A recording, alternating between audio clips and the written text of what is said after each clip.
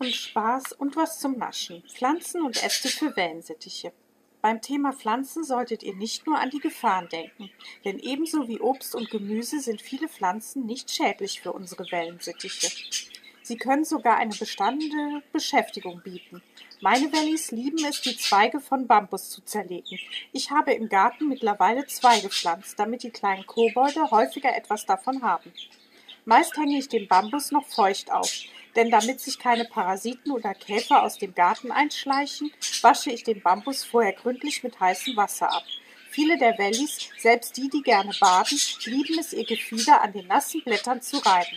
Vor allem den Kopf, denn da kommen die kleinen Vögel schlecht dran. So kommen selbst die größten Bademuschel zu etwas Gefiederpflege mit Wasser. Als Zimmerpflanze kann ich Zyperngras oder Papyrus empfehlen. Mir ist er allerdings eingegangen, weil ich leider immer wieder vergesse, die Zimmerpflanzen zu gießen. Die langen Stängel könnt ihr abschneiden und den Wellis zum Knabbern anbieten. Ihr stellt die Pflanze einfach in ihre Nähe und wartet ab, bis die kleinen Kobolde die Pflanze selbst erobern. Und keine Angst, wenn die Wellensittiche an die Blumenerde im Topf gehen. Solange ihr torffreie Erde ohne Dünger benutzt, kann nichts passieren. Das gilt übrigens auch für selbst angebautes Gemüse. Wenn ihr das an die Wellensittiche verfüttern wollt, solltet ihr auf Dünger verzichten. Oder ihr nutzt Bioerde, die organisch gedüngt ist. Dann bekommen die Pflanzen genug Nährstoffe und die Wellis profitieren auch davon. Was gut ist für die Vögel draußen im Garten, ist manchmal auch nicht gefährlich für die Wellensittiche. Die orangeroten Beeren des Feuerdorns stehen nämlich nicht nur auf dem Speiseplan der Amseln. Und keine Angst wegen der Dornen. Ich war zuerst auch skeptisch, aber die Wellensittiche sind wirklich geschickt darin, an die Blätter und Beeren zu kommen, ohne sich an den Dornen zu verletzen. Den Feuerdorn solltet ihr natürlich auch gründlich abwaschen, bevor ihr ihn den Wellis anbietet. Ich finde zum Beispiel immer viele kleine Ameisen auf den Stängeln. Eine weitere beliebte Futter- und Beschäftigungspflanze, die vielen bekannt sein dürfte, ist der Golliwog, auch kriechende Schönpolster genannt. Im Winter gibt es diese kostengünstige und schnell wachsende Pflanze leider nicht, denn der Golliwog ist nicht winterhart. Im Sommer bis in den Herbst habe ich immer etwas davon im Hochbeet angepflanzt. So können die Wellis jeden Tag davon naschen. Die unscheinbare Pflanze ist ein guter Kalzium- und Vitaminlieferant. Sie enthält zum Beispiel Vitamin A. Der Mangel an Vitamin A ist einer der häufigsten Gründe für Krankheiten bei Wellensittichen. So beugt ihr mit dem Golliwog aktiv zum Beispiel Kopfentzündungen vor. Eine Art Verdauungsstörung und eine der häufigsten Krankheiten der Wellensittiche. Ich werde noch ein Video posten zu den wichtigsten oder häufigsten Krankheiten bei Wellensittichen und ihren Symptomen. Großer Vorteil des Golliwogs ist auch die grüne Farbe. Bisher haben meine Wellis, selbst die größten Angsthasen und Gemüsemuffel, diese Pflanze angeknabbert. Da der Golliwog sowohl von Vögeln, Katzen und Nagetieren gefressen werden kann, gibt es die kleine Pflanze mittlerweile in jedem Zoogeschäft. Sie ist nicht teuer und wenn man sie im Frühjahr oder Sommer einpflanzt, vermehrt sich die Pflanze recht schnell. Für mein kleines Hochbeet reichen meist 2 bis 3 Golliwogs. Schön sind auch die kleinen Ampeln, die man aufhängen kann. So können die Vögel wie in der freien Natur auf den Golliwog fliegen. Wenn ihr den Golliwog frisch aus dem Garten im Topf anbietet, würde ich immer einen Teil mit Wurzeln auspflanzen und etwas Erde dazu tun, denn wenn ihr nur ein paar Stängel und Blätter abschneidet, trocknet die Pflanze schnell aus. So kann man den Golliwog aber noch gießen und er geht nicht so schnell ein. Manchmal sind aber auch die Wellis schneller und fressen alles auf bis zu den Stängeln. Einige lieben es sogar, in der Erde nach den Wurzeln zu graben.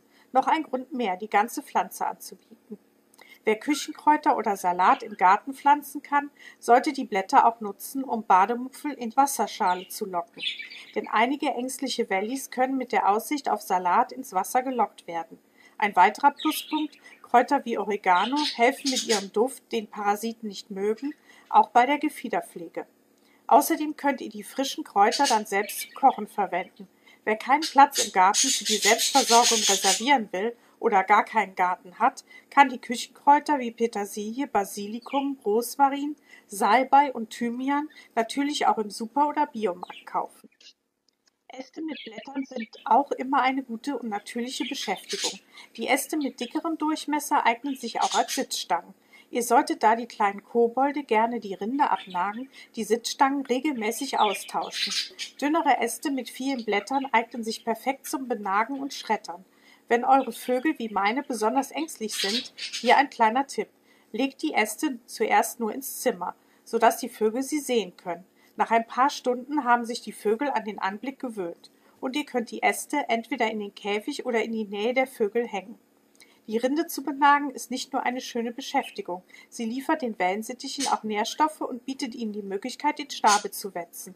Denn das Schnabelhorn wächst wie unsere Zehen und Fingernägel aus Horn immer weiter. Baumäste für die Wellensittiche. Avocados sind giftig und deswegen auch die Äste. Holunderäste sind im Gegensatz zu den Beeren leider auch nicht geeignet. Wenn ihr Äste im Wald sammelt, solltet ihr darauf achten, keine vom Boden aufzusammeln. Nehmt lieber eine Gartenschere mit und schneidet Äste direkt vom Baum ab. Im Naturschutzgebiet ist das natürlich tabu. Auch solltet ihr darauf achten, die Bäume nicht zu beschädigen und die Äste mit einem glatten Schnitt abzutrennen, am besten mit einer Astschere. Und natürlich betreibt ihr keinen Kahlschlag und schneidet nicht alle Äste von einem einzigen Baum ab.